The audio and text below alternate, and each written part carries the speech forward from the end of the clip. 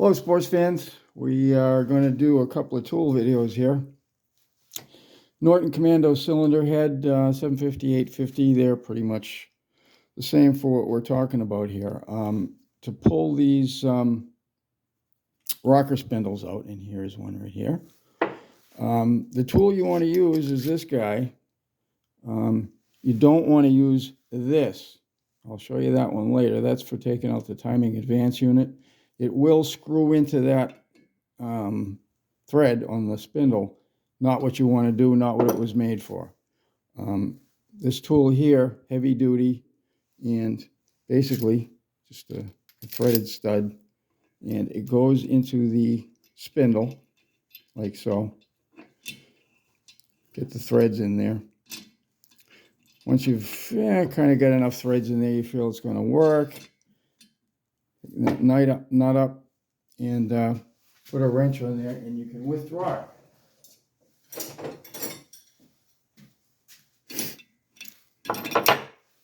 Put a wrench on there, turn that nut, and that will withdraw the spindle. Now, is that the whole story? No, it isn't. Because you want to either play a torch on there, which I'm not a huge fan of, or a heat gun on the head to loosen up the spindle to take it out. It'll make it a lot easier, and you won't ruin your extraction tool. So it always works better with heat on this. I wouldn't do it without it, and I've done a few of these. It makes it child's play. Otherwise, you're going to fight getting that spindle out of there. They're in there pretty snug. Some of them are loose, but usually they're pretty snug. Also, you notice on here when you put your new spindle back in, it's got a notch in it across here. You want that to be horizontal. And you'll notice there's a flat on here, an oiling flat. You get oil for your rocker feed here, okay? And it goes over to the spindle, well, both spindles really. But you would think you would want the oil to go into the flat. You don't. You want the flat to go away from your oil feed. Otherwise, you'll get too much oil in the head too quick, and it will flood the cylinder head, and generally you'll come up with a bunch of leaks. So keep this horizontal and keep that flat away from the oil feed on either side. So this one would go this way, this one, the flat goes away from the oil feed. And it tells you in the manual, but you really have to do some looking, and it does give you that advice. Very good advice.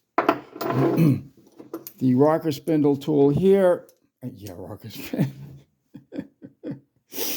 The advance removal tool, when you want to get the advance unit off your camshaft, thread it in there, give it a couple of whacks, boom, off she comes. There's no locating pin on this tapered fit, so you're going to have to fool around with that to get it right. But anyway, to get it off, you use this tool here. You don't use this tool to remove the rocker spindles. It's made for the advance unit on the end of the camshaft, like yonder. Threads right in, bang, bang, boom. When you put this back into the camshaft, on the timing side, it's a little tap, and it will secure itself. Another item.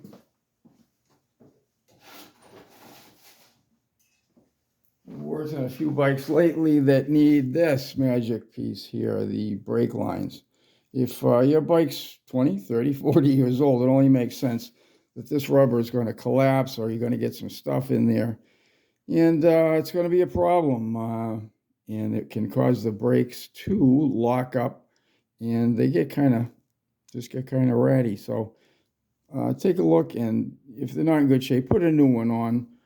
If you want to go for the expensive unit, put a Goodrich braided line on there or something, which I usually do. But sometimes you just want to make it look original, and you put this on.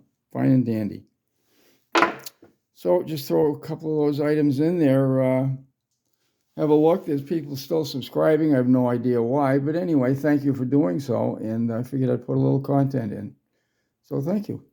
And see you next time. Keep your stick on the ice.